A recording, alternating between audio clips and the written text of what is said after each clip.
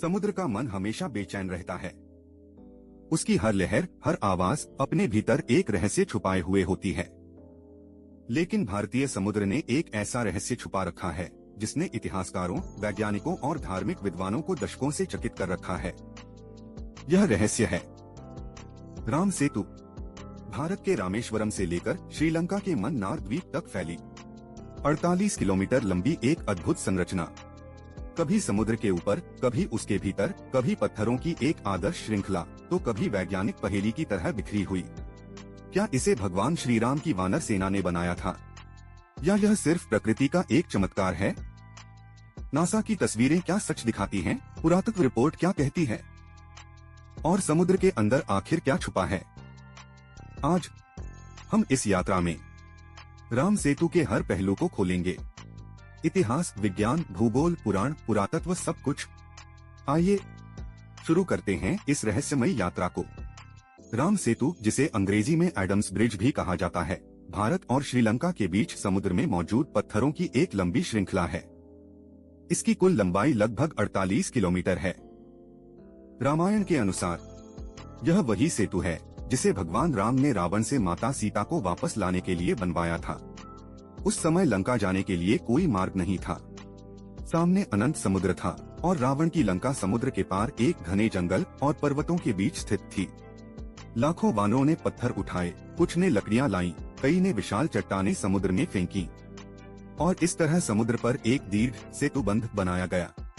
पट्टियों जैसा, कतारों जैसा, एकदम सीधा, बिल्कुल प्राकृतिक नहीं। रामायण में लिखा है, नल ने सित्ता शिलान्याम समुद्रे विनिवेशच, यानी नल नामक वानर वास्तुकार ने स्वयं यह सेतु बनाया। तथ्य यह भी है कि श्रीलंका के प्राचीन ग्रंथों में, तमिल संगम साहित्य में और कई पुराणों में राम सेतु का विस्तृत विवरण मिलता है। परंतु सवाल है, क्या यह पुल वास्तव में भगवान राम की सेना द्वारा बनाया गया था, या यह हजारों वर्षों में समुद्र की लहरों द्वारा बना एक साधारण भौगोलिक निर्माण है? इस सवाल का जवाब खोजने के लिए हमें पीछे चलना होगा, बहुत पीछे, लगभग 7000 साल पूर्व। भारत और श्रीलंका के भौगोलिक इतिहास के अनुसार सदियों पहले इन दोनों देशों के बीच की दूरी इतनी कम थी कि लोग समुद्र के उथले हिस्सों को पार कर सकते थे। कई पुरातत्वविदों का मानना है कि 6000 साल पहले लगभग 40 किलोमीटर का क्षेत्र पूरी तरह शुष्क भूमि था, अर्थात समुद्र का जलस्तर कम था। कई पुराने तमिल ग्रंथों में इसे कुमारी कंडम का क्षेत्र कहा गया है। कुछ सिद्धांत ये भी कहते हैं कि कभी भारत और श्रीलंका एक बड़े भूभाग का हिस्सा थे। फिर समुद्री भूकंप, ज्वालामुखी और टेक्टोनिक प्लेटों के कारण यह भूमि समुद्र में डूब गई। लेकिन सबसे अद्भुत तथ्य यह है कि राम सेतु के नीचे की भूमि की उम्र 6000 साल बताई जाती है, जबकि उसके ऊपर रखे पत्थरों की उम्र 1500 से 2000 साल के बीच पाई गई है। इसका मतलब पत्थरों को बाद में मानव द्वारा रखा गया। यह संरचना प्राकृतिक नहीं लगती। अब बात करते हैं नासा की उन तस्वीरों की जिन्हें देखकर दुनिया ने राम सेतु को नई निगाह से देखना शुरू किया। 1990 में नासा का लैंडसैट प्रोग्राम पृथ्वी की सतह की उच्च रेजोल्यूशन तस्वीरें ले रहा था। जब कैमरों की नजर भारत और श्रीलंका के बीच समुद्र पर गई, तो उन्होंने एक अद्भुत दृश्य कैद किया। एक सीधी लाइन में फैला हुआ पत्थरों का पुल, एकदम सिमेट्रिकल पैटर्न में, जैसे किसी ने जानबूझकर इकसार रखा हो। लोगों ने कहा, नासा ने राम सेतु को मानव निर्मित घोषित कर दिया है। लेकिन नासा ने बयान दिया, हम सिर्फ तस्वीरें देते हैं, दावे नहीं।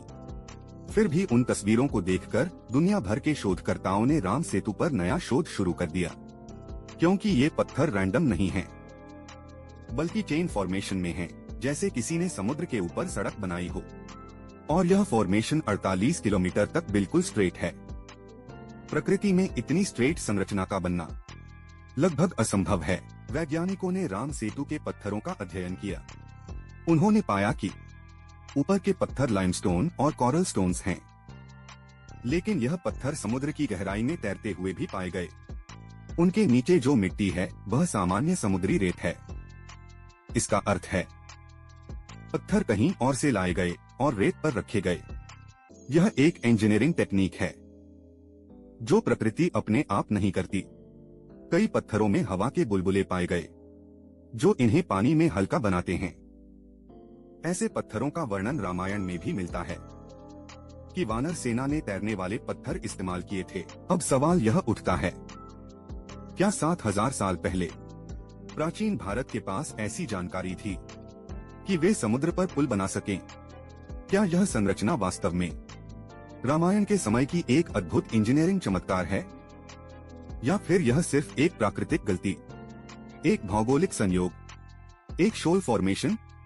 यही वह बिंदु है जहां इतिहास और विज्ञान एक दूसरे से टकराते हैं। अब बात करते हैं समुद्र के अंदर की, क्योंकि असली सच पानी की सतह के नीचे छिपा है। भारतीय वैज्ञानिकों ने सोनार स्कैनिंग टेक्नोलॉजी का उपयोग करके समुद्र के तल की 3D मैपिंग की। जब सोनार इमेजेस सामने आई, शोधकर्ता हैरान रह गए। समुद्र के अंदर एक स्ट्रेट लिनियर रिज मिलती है, एक लंबी सीधी, मानो किसी ने नींव तैयार की हो। कुछ हिस्सों में पत्थर 5-6 फीट चौड़े प्लेटफॉर्म्स पर टिके पाए गए। ये प्लेटफॉर्म्स प्राकृतिक नहीं लगते। सोचिए, अगर समुद्र की लहरें पत्थरों को बहाकर लाती तो फॉर्मेशन कभी स्ट्रेट, बराबर और सिमेट्रिकल नहीं बनी होती। लेकिन यहाँ 48 किलोमीटर तक ऑलमोस्ट एक ही दिशा में एक जैसे पत्थरों की लाइन है। ये दृश्य वैज्ञानिकों को भी झकझोर देता है। अब चलते हैं 19वीं शताब्दी में, जब ब्रिटिश सरकार भारत की कोस्टल मैपिंग कर रही थी। ब्रिटिश सर्वे मैप्स में रामेश्वरम से श्रीलंका के बीच की संरचना को डॉट स्पष्ट रूप से लिखा गया। सेतु बंध। कई पुराने ब्रिटिश रिकॉर्ड बताते हैं कि 1800 के करीब राम सेतु इतना उथला था कि लोग पैदल भी पार कर सकते थे। कुछ जगहों पर पानी घुटनों तक ही होता था। कई अंग्रेज अफसरों ने इसे मैन मेड कॉजवे तक कहा है। तो सवाल उठता है, अगर 1800 तक यह पैदल जाने लायक था, तो हजारों साल पहले इसकी हालत कैसी रही होगी? अब चलते हैं श्रीलंका की ओर।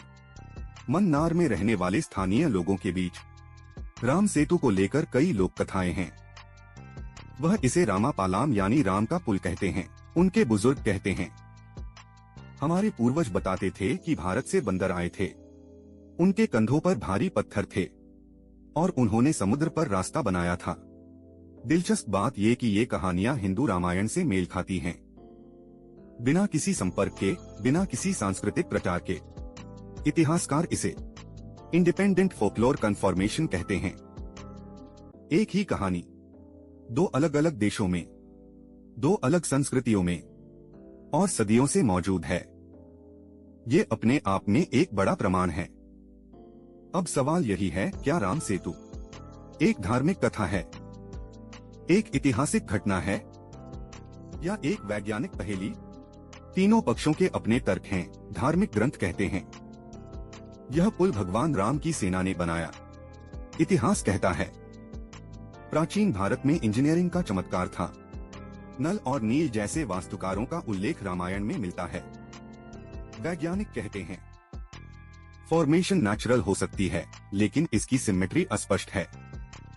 अब बात करते हैं उन पत्थरों की जिन्हें तैरता हुआ पत्थर कहा जाता है। रामेश्वरम और धनुषकोडी के पास कई ऐसे पमिस्ट स्टोन्स मिलते हैं जो पानी में डूबते नहीं, तैरते हैं। कुछ लोग कहते हैं ये पत्थर रामायण में बताए नल और नील द्वारा समुद्र पर पुल बनाने के लिए इस्तेमाल किए गए थे। वैज्ञानिक कहते हैं ये वॉल्केनिक स्टोन्स होते हैं।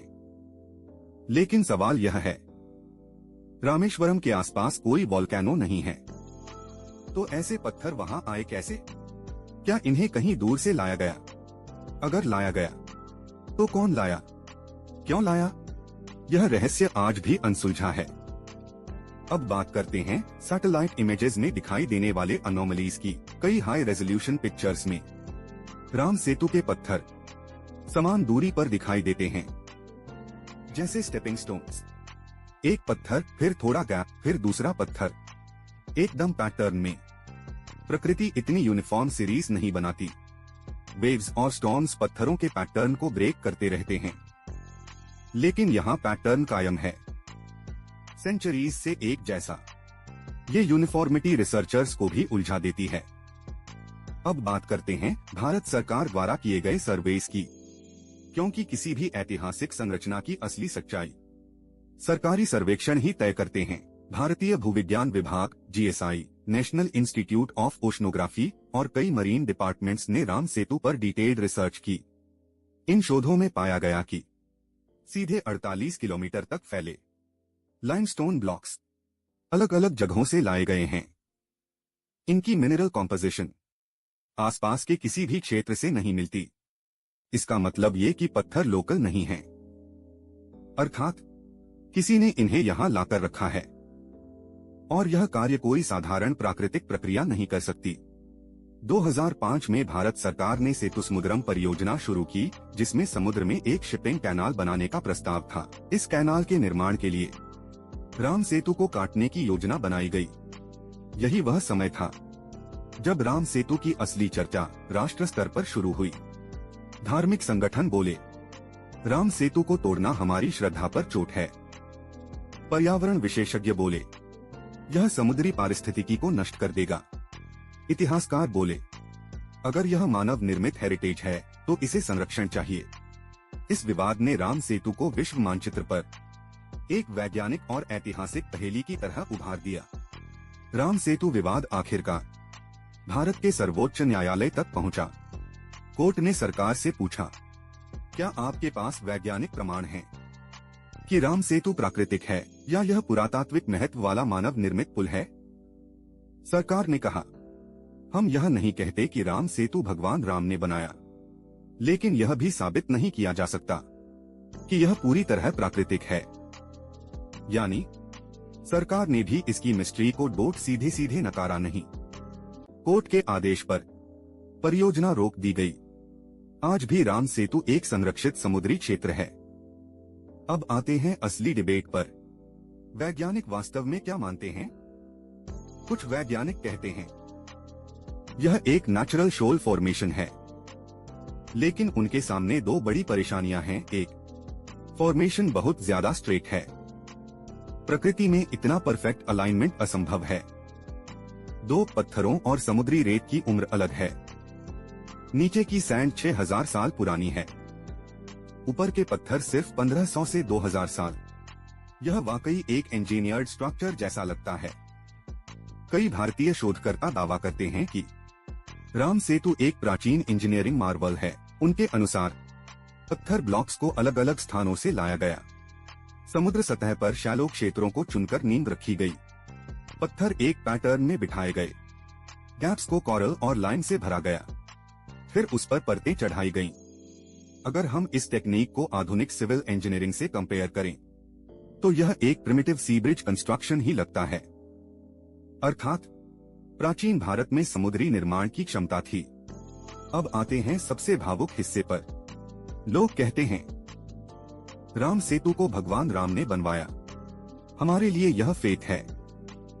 लेकिन फेथ और एविडेंस दोनों साथ साथ चल सकते हैं। अगर पत्थरों की उम्र अलग है, अलाइनमेंट स्ट्रेट है, फॉर्मेशन नेचुरल जैसी नहीं है और लोक कथाएं भी समान हैं, तो यह मिस्ट्री और भी गहरी हो जाती है। कहीं न कहीं ऐसा लगता है कि एक समय में इस इलाके में मानव गतिविधि अवश्य रही होगी। तो क्या राम सेतु वास्तव में मानव निर्मित है? वैज्ञानिक कहते हैं कुछ बातें नेचुरल हैं, कुछ नहीं। कई शोध मानते हैं पत्थर बाद में रखे गए, पुरातत्व संकेत देता है। नींव कृत्रिम लगती है। स्थानीय कथाएं बताती हैं लोगों ने इसे राम का पुल माना है, और पुराण कहते हैं वानर सेना ने इसे बनाया। सच क्या है कौन जानता है? शायद यह पुल मानव और प्रकृति दोनों का संयुक्त चमत्कार है। शायद यह वह स्थान है जहां इतिहास, धर्म, विज्ञान और विश्वास एक ही बिंदु पर मिलते हैं।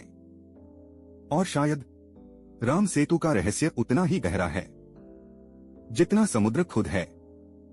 दोस्तों, राम सेतु के इस गहरे विश्लेषण से आपको क्या लगा? क्या यह सच में भगवान राम की सेना का बनाया हुआ पुल है या प्रकृति का अद्भुत चमत्कार? अपने विचार कमेंट में जरूर लिखें।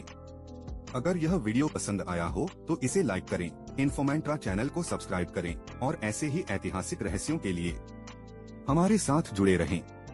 अगला हिस्टोरिक वीडियो आप किस विषय पर चाहते हैं, नीचे बताइए। धन्यवाद।